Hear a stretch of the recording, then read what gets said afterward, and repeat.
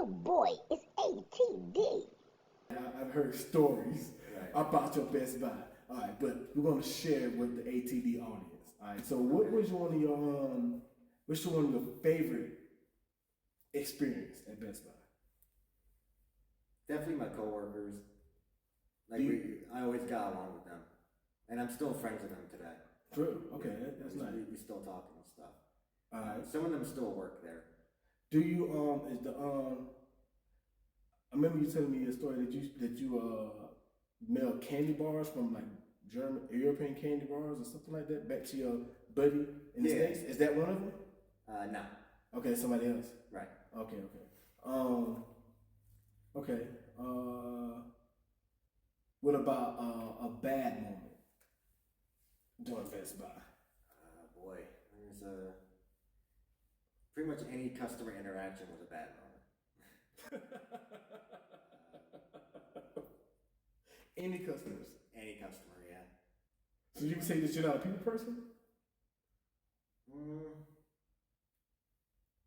If they worked with me, it was fine. But if they just wanted to argue and stuff like that, I wasn't about it.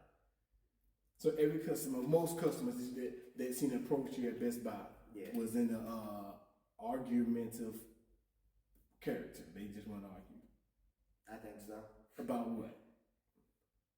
Anything could be about the prices, about the products, about their ignorance, about anything. They're fine anything. What was one of the times? Let's see. I think a big thing was trying to convince people that 4K TVs was like the next thing, and people just didn't want to believe it.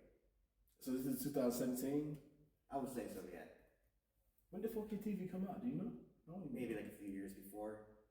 Right. And I would say probably 2017 is when it started picking up a bit. Okay. And that was becoming the new standard. And most people just wouldn't like believe it, or they thought it was a fad, or it was just so ridiculous and whatnot. And I'm trying to convince them that this is all you can get. It's going to be 4K. That's it. But they don't want to believe it.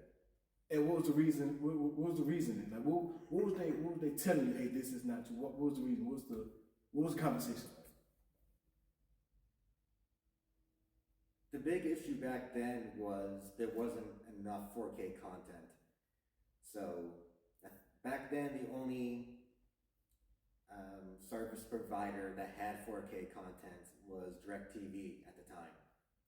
And I don't think Comcast got 4K content until 2018, I think. It was about a year later. So there wasn't much stuff you could watch on the 4K TV aside from one service provider and 4K Blu-rays if you bought a 4K Blu-ray player and then bought the 4K Blu-rays. Okay. Yeah. So that was a big thing, but this is where I was trying to tell people that this is going to become the new standard. So that's why you get the TV now, so that when the new standard comes, you are ready. But they didn't believe you. Yeah, they didn't believe me. So was you able to convince them to buy it anyway, or were they no, just... fuck them.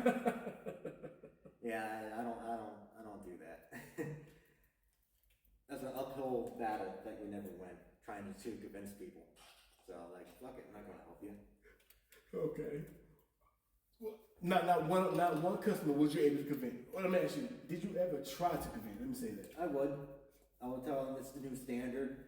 Comcast is going to support 4K in a year. Soon everything's going to be 4K. Stuff like that. And they would just say no. They're like, no, you're wrong, and then they leave. Go ahead and leave. But they were back a year later buying a 4K fucking TV. I tell you that much. Yeah. Yeah. Every time. You remember? Like, do you like? Was there ever a time when you see that same customer come back and you was there looking at them like, yeah, I told you so. Well, yeah. People would be like, I'm never coming in here ever again, and they'd be back the next week. Getting the same thing they said they weren't gonna get. They always come back. Okay. Oh man. So how long was you at Best Buy? About 4 years. 2017 till 2021. I would say 21, 22. Okay, and then you come into the old. All right. So what happened after you left home? COVID happened and Best Buy let go about 1,000